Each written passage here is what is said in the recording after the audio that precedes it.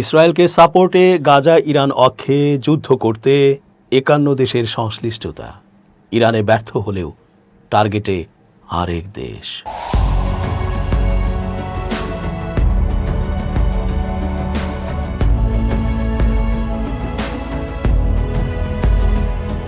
আসসালামু আলাইকুম দর্শক, কেমন আছেন? পুরো সংবাদ বিশ্লেষণ ও তথ্য পর্যালোচনায় বরাবরের মতোই আছি আমি এস.জে. রতন। শেষ পর্যন্ত দেখতে থাকুন আজকের পর্বটি। নিশ্চয়ই হয়তো আপনার মনের কথাটি আমরা বলতে যাচ্ছি। চেঞ্জ টিভির আন্তর্জাতিক চোখ আপনাদেরই অনুষ্ঠান। ট্রাম্প নেতানিয়াহু অবশেষে হেরেই গেলেন। আর কোনোভাবেই ইরানের সাথে যে পেরে ওঠা সম্ভব না তা ইতোমধ্যে বোঝা হয়ে গেছে। যে স্বপ্ন তাদের ছিল সেই স্বপ্ন অর্থাৎ ইরানে নিজেদের মতো শাসক বসানো, তা ব্যর্থ হয়েছে। যতই হম্বিতম্বি আর ভয় দেখানোর চেষ্টা করুক না কেন, আর কোনো লাভ হচ্ছে না এ যাত্রায়। বরং ট্রাম্প আর নেতানিয়াহুর স্বদেশেই তাদেরই পতনের ডাক পড়েছে। কে জানে কোন দিন হয়তো খুব কাছের সময়ে শুনব এই দুই বর্বর রাষ্ট্রপ্রধানকে দেশের জনগণ অপমান করে তাড়িয়ে বিদায় করেছে। তারপরও বর্বররা থেমে যেতে চায় না। এ কারণেই ট্রাম্প নেতানিয়াহু ইরানে হেরে যেয়ে নতুন করে আরেক রাষ্ট্রের ওপর গাজা, লেবানন, ইয়েমেন ও ইরানের মতো করেই হামলা চালাতে ছক কষছে। অন্তত এখানে বিজয় এনে তাদের মনের মতো শাসক বসিয়ে তারপর তৃপ্তির ঢেঁকুর তুলতে চায় তারা। ইতোমধ্যে এটাও প্রকাশ্যে এসেছে যে ইসরায়েলকে সামনে রেখে যে যুদ্ধ চলছে পুরো মধ্যপ্রাচ্যে এবং ইরানের ক্ষেত্রে এই মুহূর্তে লিডে আমেরিকা, এই যুদ্ধগুলোতে যত সমরাস্ত্রের প্রয়োজন পড়েছে তার সবই গোপনে সরবরাহ করেছে বিশ্বের ৫১টি বর্বর দেশ। আন্তর্জাতিক বিচার আদালতের অর্থাৎ আইসিজে এর গণহত্যার সতর্কবার্তা সত্ত্বেও গাজায় যুদ্ধ চলাকালে ইসরায়েলে সামরিক সরঞ্জাম সরবরাহ অব্যাহত রেখেছিল বিশ্বের অন্তত ৫১টি দেশ ও অঞ্চল। আল জাজিরার কয়েক মাস ব্যাপী এক অনুসন্ধানে এই তথ্য উঠে এসেছে। ইসরায়েলি কর কর্তৃপক্ষের অর্থাৎ আইটিএ এর ডেটা ও শুল্ক রেকর্ডের ভিত্তিতে করা এই প্রতিবেদন বলছে, আইসিজের রায়ের পর দেশটিতে অস্ত্র আমদানি বহুগুণ বেড়েছে। ২০২৪ সালের জানুয়ারিতে দক্ষিণ আফ্রিকার পক্ষে আইরিশ আইনজীবী ব্লিন নি গ্রালাইগ আইসিজেতে গাজার পরিস্থিতি তুলে ধরেছিলেন। তিনি একে ইতিহাসের প্রথম রিয়েল টাইম সম্প্রচারিত গণহত্যা বলে উল্লেখ করেন। তিনি বিচারকদের বলেন, আন্তর্জাতিক সম্প্রদায় ফিলিস্তিনি জনগণকে ক্রমাগত হতাশ করে চলেছে। তিনি বলেন, ইতিহাসে এটি প্রথম গণহত্যা যেখানে ভুক্তভোগীরা রিয়েল টাইমে অর্থাৎ সরাসরি টাইমে নিজেদের ধ্বংসের দৃশ্য সম্প্রচার করছে এই ভেবে যে বিশ্ব হয়তো কিছু করবে। নি গ্রালাইগ আদালতকে বলেন, গাজায় প্রতিদিন গড়ে ২৪৭ জন ফিলিস্তিনি নিহত হচ্ছেন। এর মধ্যে ৪৮ জন মা ও ১১৭ জনের বেশি শিশু রয়েছে। অর্থাৎ প্রতি ঘন্টায় গড়ে ২ জন মা এবং ৫ জনের বেশি শিশু প্রাণ হারাচ্ছে। তিনি ধ্বংসস্তূপ থেকে ফিরে আসা চিকিৎসক ও সাহায্যকর্মীদের ব্যবহৃত একটি নতুন শব্দের কথা উল্লেখ করেন, WCNSF। এ শব্দের অর্থ হলো আহত শিশু, পরিবারের আর কেউ বেঁচে নেই। তখন পর্যন্ত ৭,০০০-এর বেশি ফিলিস্তিনি নিহত হয়েছিল। নি গ্রালাইগ বলেন, এর চেয়ে স্পষ্ট বা অকাট্য কোনো যুক্তি উপস্থাপন হতে পারে না। এই তথ্যগুলোই প্রমাণ হিসেবে যথেষ্ট। ২০২৪ সালের ২৬ জানুয়ারি আন্তর্জাতিক বিচার আদালত রায় দেন, গাজায় গণহত্যার একটি যুক্তিসঙ্গত ঝুঁকি রয়েছে এবং কিছু অন্তর্বর্তীকালীন নির্দেশনা জারি করেন। এছাড়া আদালত জেনোসাইড কনভেনশনে স্বাক্ষরকারী ১৫৩টি দেশকে তাদের বাধ্যবাধকতার কথা স্মরণ করিয়ে দেয়, অর্থাৎ গণহত্যা প্রতিরোধে কাজ করার নির্দেশ দেন। কিন্তু এরপরও প্রায় ২২ মাস ধরে হত্যাযজ্ঞ চলতে থাকে। ২০২৫ সালের অক্টোবর পর্যন্ত যুদ্ধবিরতি কার্যকর হওয়া পর্যন্ত ৭০,০০০-এর বেশি মানুষ নিহত এবং প্রায় ১,৭১,০০০ মানুষ আহত হন। এই পুরো সময় জুড়েই ইসরায়েলে অস্ত্র সরবরাহ অব্যাহত ছিল। অস্ত্র রপ্তানি।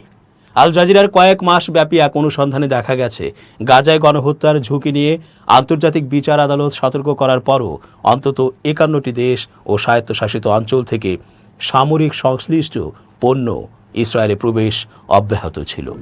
মূলত 2022 থেকে 2025 সালের মধ্যে ইসরায়েলি কর কর্তৃপক্ষের অর্থাৎ আইটিএ এর আমদানি তথ্য বিশ্লেষণ, শুল্ক রেকর্ড এবং তথ্য অধিকার আইনের মাধ্যমে পাওয়া তথ্যের ভিত্তিতে এই অনুসন্ধান করা হয়। এতে ইউরোপ, এশিয়া, উত্তর ও দক্ষিণ আমেরিকার বিভিন্ন দেশের সঙ্গে যুক্ত সামরিক সরবরাহ শৃঙ্খল চিহ্নিত করা হয়েছে। এসব দেশই জেনোসাইড কনভেনশনে স্বাক্ষরকারী। কিছু ক্ষেত্রে এসব সামরিক সম্পর্কিত পণ্য এসেছে এমন দেশ থেকেও যেগুলো আনুষ্ঠানিকভাবে ইসরায়েলের ওপর অস্ত্র নিষেধাজ্ঞা দিয়েছে বা আংশিকভাবে অস্ত্র সরবরাহ বন্ধ করেছে। আইটিএ এর তথ্য অনুযায়ী আইসিজে রায়ের পর ইসরায়েলে অস্ত্র আমদানি আরও বেড়েছে, যার বড় অংশ ছিল মিউনিশন বা যুদ্ধাস্ত্র বিভাগে। ইসরায়েলকে অস্ত্র সরবরাহ করা শীর্ষ 5 দেশ হল যুক্তরাষ্ট্র, ভারত, রোমানিয়া, তাইওয়ান এবং চেক প্রজাতন্ত্র। এসব দেশ থেকে যুদ্ধের সময় চালান উল্লেখযোগ্যভাবে বেড়েছে বলে দেখা গেছে।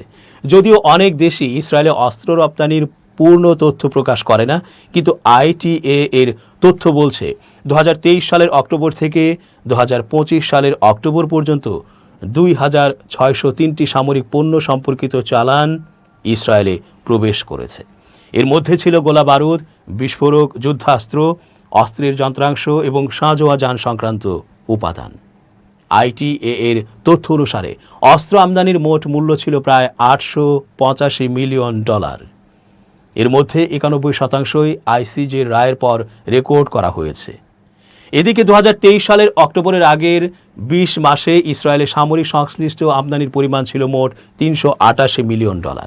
এই তথ্য ইঙ্গিত দেয় যে ইসরায়েল গাজায় তার সামরিক আক্রমণ অব্যাহত রাখতে বিদেশি অস্ত্র সরবরাহের ওপর নির্ভরশীলতা বাড়িয়েছে। এমনকি 2025 সালের 10 অক্টোবর সর্বশেষ যুদ্ধবিরতি কার্যকর হওয়ার পরেও অস্ত্রের প্রবাহ থামেনি। আইটিএ এর তথ্য বলছে 2025 সালের শেষ 2 মাসে ইসরায়েল অতিরিক্ত $89 মিলিয়ন সামরিক পণ্য আমদানি করেছে। মার্কিন প্রেসিডেন্ট ডোনাল্ড ট্রাম্প এবার কিউবায় শাসন পরিবর্তনের স্বপ্ন দেখছেন। যে ধরনের আকাঙ্ক্ষা ইরানে অধরা রয়ে গেছে, কিন্তু মার্কিন সশস্ত্র বাহিনী আবারও নতুন কোনো রণাঙ্গনে যুক্ত হলে ওয়াশিংটনকে উচ্চ রাজনৈতিক ও সামরিক ঝুঁকিতে পড়তে হবে। ট্রাম্প কয়েক সপ্তাহ ধরে কিউবাকে হুমকি দিয়ে আসছেন তিনি এই দরিদ্র রাষ্ট্রটির সঙ্গে যা খুশি করতে পারেন এবং কিউবা দখল করার সম্মান পেতে পারেন। গত বুধবার তিনি বলেন, আমি কিউবার জনগণকে স্বাধীনতা দিতে যাচ্ছি। ট্রাম্প সাংবাদিকদের বলেন, কিউবা একটি ব্যর্থ রাষ্ট্র, আপনারা তা দেখতে পাচ্ছেন। দেশটি ভেঙে পড়ছে, তাদের কোনো তেল নেই, টাকা নেই, কিন্তু আমরা তাদের জনগণকে সাহায্য করতে এসেছি। কিউবার বিরুদ্ধে যুক্তরাষ্ট্রের পুরনো ক্ষোভ রয়েছে। 1996 সালে ফিদেল কাস্ত্রোর সরকারের সময় 2টি বেসামরিক বিমান ভূপাতিত করার ঘটনা ঘটেছিল এবং 3 মার্কিন নাগরিক সহ 4 জন নিহত হয়েছিল। কিউবার বর্তমান প্রেসিডেন্ট রাউল কাস্ত্রো তখনকার সরকারের প্রতিরক্ষা মন্ত্রী ছিলেন। ট্রাম্প প্রশাসন কিউবার বিরুদ্ধে ওই ঘটনার রেশ ধরে রাউলের বিরুদ্ধে ফৌজদারি অভিযোগ তুলেছেন। এই অভিযোগ তুলে ট্রাম্প হয়তো হাভানার শাসন ব্যবস্থাকে আরও চাপের মধ্যে ফেলতে চাইছেন। এই নতুন আইনি ফ্রন্ট সামরিক পদক্ষেপ বা বিশেষ বাহিনীর অভিযানের একটি অজুহাতও হতে পারে। ঠিক গত জানুয়ারিতে যেমন ভেনেজুয়েলার প্রেসিডেন্ট নিকোলাস মাদুরোকে ক্ষমতাচ্যুত করা হয়েছিল, কুইন্সি ইনস্টিটিউট ফর রেসপন্সিবল স্টেটক্রাফটের গবেষক লি শ্লেঙ্কার সতর্ক করেছেন, ফ্লোরিডায় উন্মোচিত বিচার বিভাগের অভিযোগপত্রটি হোয়াইট হাউসের জন্য হিতে বিপরীত হতে পারে। এটি কিউবার চারপাশে সামরিক মোতায়েনের মতো ঘটনা ঘটাতে পারে। কিউবাকে নিয়ে এই কৌশল হলো প্রশাসনের সেই কৌশলের সর্বশেষ পরীক্ষা যেখানে অবরোধ আরোপের মাধ্যমে অর্থনৈতিক চাপ বাড়ানো হয়। একই সঙ্গে শত্রুদের আত্মসমর্পণে বাধ্য করতে শক্তি প্রয়োগের সম্ভাবনা বাড়িয়ে তোলা হয়। এই কৌশল ভেনেজুয়েলায় কাজ করেছিল, তবে ইরানে কৌশলটি প্রচণ্ডভাবে ব্যর্থ হয়েছে। মনে হচ্ছে কিউবায় সেই ব্যর্থতা কাটিয়ে উঠতে চান ট্রাম্প। উপকূলে গোয়েন্দা বিমানের তৎপরতা বৃদ্ধি। ভেনেজুয়েলা ও ইরানে মার্কিন সামরিক পদক্ষেপের আগে যেসব লক্ষণ দেখা গিয়েছিল, কিউবার ব্যাপারে এখনও তেমন ঘটেনি। তবে সিএনএন জানিয়েছে কিউবার উপকূলের কাছে মার্কিন সামরিক গোয়েন্দা বিমানের চলাচল ব্যাপক বাড়ছে।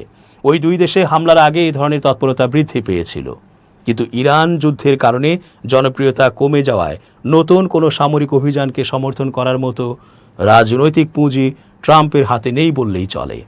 যুক্তরাষ্ট্রের জনগণ আরেকটি যুদ্ধ চাইছে না। মার্কিন প্রশাসন কিউবায় বিজয় দেখছে কেন? মূলত মার্কিন পররাষ্ট্রনীতিকে শক্তিশালী করার জন্য ট্রাম্প একটি বিজয় পেতে চান। রিপাবলিকান নেতা মনে করেন এই নীতি বিদেশে মার্কিন মর্যাদা ও সম্মান পুনরুদ্ধার করছে। বাস্তবে তা নয়। ট্রাম্প এখনও ইরানের সঙ্গে যুদ্ধ শেষ করতে পারেননি। ইউক্রেন যুদ্ধের অবসান ঘটাতে বা গাজা যুদ্ধবিরতি পরিকল্পনার বিভিন্ন পর্যায়ে অতিক্রম করতে এখন পর্যন্ত ব্যর্থ হয়েই আছেন তিনি। এই অবস্থায় কিউবাকে শত্রু থেকে অনুগত রাষ্ট্রে পরিণত করা গেলে সমগ্র পশ্চিম গোলার্ধ যুক্তরাষ্ট্রের নিয়ন্ত্রণে আসবে বলে মনে করেন ট্রাম্প। দর্শক, শেষ করছি আজকের মতো। এতক্ষণ ধৈর্য ধরে পুরো আয়োজনে থাকার জন্য অনেক ধন্যবাদ। শুভকামনা অহর্নিশ। change tv.press এক ফোঁটা হলুদও নেই।